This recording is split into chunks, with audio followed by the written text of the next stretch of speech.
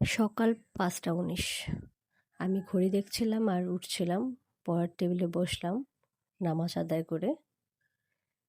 পড়া শুরু করলাম ভোকাবুলারি, সিনোনিম থেকে শুরু করেছি। কারণ এটা আমাদের সবারই দুর্বলতা থাকে। তাই সকালে এটাই শুরু করছিলাম। আর বাইরে আকাশ দেখছিলাম সূর্য উঠেছে কিনা। কিন্তু না, সূর্যকে দেখা যাচ্ছে না। কারণ এত তাড়াতাড়ি তো সূর্য ওঠে না। আরও সময় লাগবে। তো আমি বাইরের আবহাওয়াটা খুব ঠান্ডা, এটা দেখার পরে পড়তে বসলাম। তো ১ম এ আমি শুরু করলাম সিনোনিম থেকে। কারণ সকালবেলা যদি আমাদের মুখস্থ পড়াটা আমরা যদি পড়ি, আমার মনে হয় খুব ভালো মনে থাকে। তো সেই উদ্দেশ্যে আমি এটা পড়া শুরু করেছি।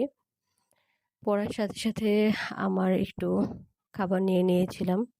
যেটা আমাদের আ প্রয়োজন সকালে উঠেই খাবার কম বেশি। তো আমি হালকা পাতলা খাবার নিয়েছি এবং পড়া শুরু করলাম। তো আমি বলব যে সিনোনিম যদি কেউ পড়তে চায় বা ভোকাবুলারি যেকোনো কিছুই পড়তেছে, সিনোনিম হোক বা অ্যান্টোনিম হোক বা ফ্রেজেস হোক। তো সকালে যদি পড়ে পড়াটা আরো বেশি মনে থাকে। আর খুব তাড়াতাড়ি ঘুম থেকে ওঠা উচিত। যেহেতু যদি আ চাকরির পরীক্ষা থাকুক বা যেকোনো পরীক্ষাই থাকুক না কেন, পড়াশোনার ক্ষেত্রে আমি মনে করি সকাল বেলাটাই বেস্ট একটা সময় পড়ার জন্য, মনে রাখার জন্য। তো ১ম এ আমি শুরু করেছিলাম সিনোনিম থেকে। ওখান থেকে আমি ৫টা বা ১০টা নিতাম। নিয়ে শুরু করি। শুরু করে পড়া হলে এটা আবার লিখি।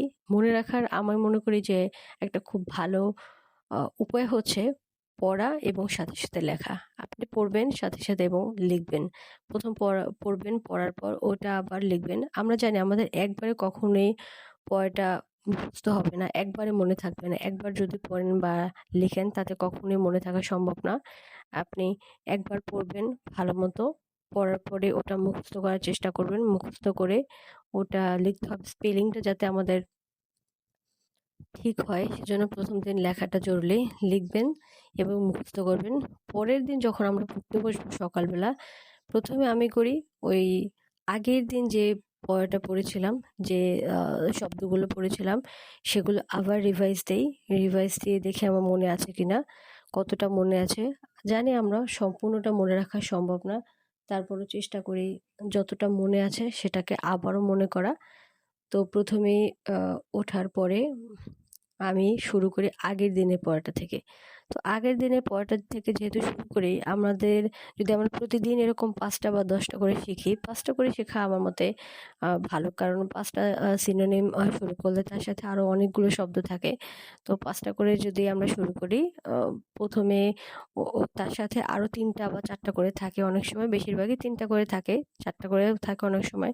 তো ৩টা করে থাকলে দেখা যায় সব মিলিয়ে অনেকগুলো শব্দ হয়। তো ওই শব্দগুলা সিনোনিমের ক্ষেত্রে বেশিরভাগই হয় যে আমাদের অচেনা শব্দগুলো থাকে বেশি। চেনা শব্দ খুব কম থাকে। তো সেই ক্ষেত্রে ওইগুলো বারবার পড়া এবং শব্দগুলো বড় থাকে, অচেনা যেহেতু আমাদের মনেও কম থাকে। তাই সেগুলো বারবার পড়া এবং লেখা। তার পরের দিন যখন আপনি রিকল করতে যাবেন, আবার পড়তে যাবেন, তখন আবারও ও ওগুলো মানে ভালো করে পড়তে হবে এবং মনে রাখার জন্য একটু যদি আপনি চান লিখতে পারেন। তো শুরুতেই সেগুলো পড়ে নিয়ে তারপর নতুন শব্দ শুরু করা উচিত। নতুন শব্দ আবারও পড়া উচিত। আবারও সেটা লেখা উচিত। যদি এভাবে আমরা শিখি তাহলে মনে থাকে। আমার মনে থাকে। এটা আমার একটা ট্রিক্স যে আমি যেটা পড়ি সেটা পরের দিন আবার ১ম এ ১ বার ২ বার করে রিভাইজ দেই দেখে, দেখে। তারপরে আমি আবার নতুন পড়া শুরু করি। তার মধ্যে আমি বাইরে আকাশ দেখছিলাম যে সকাল হয়েছে কিনা, কতটা আলো যে দেখা যাচ্ছে, হালকা, হালকা আলো। তো এটা দেখে আ দেখলাম না সূর্য উঠে গেছে পরের বার আবার কিছুক্ষণ পরে দেখার পরে। তো এভাবেই আরকি আমি আমার সিনোনিম গুলো পড়ি, সকালবেলা পড়ার চেষ্টা করি।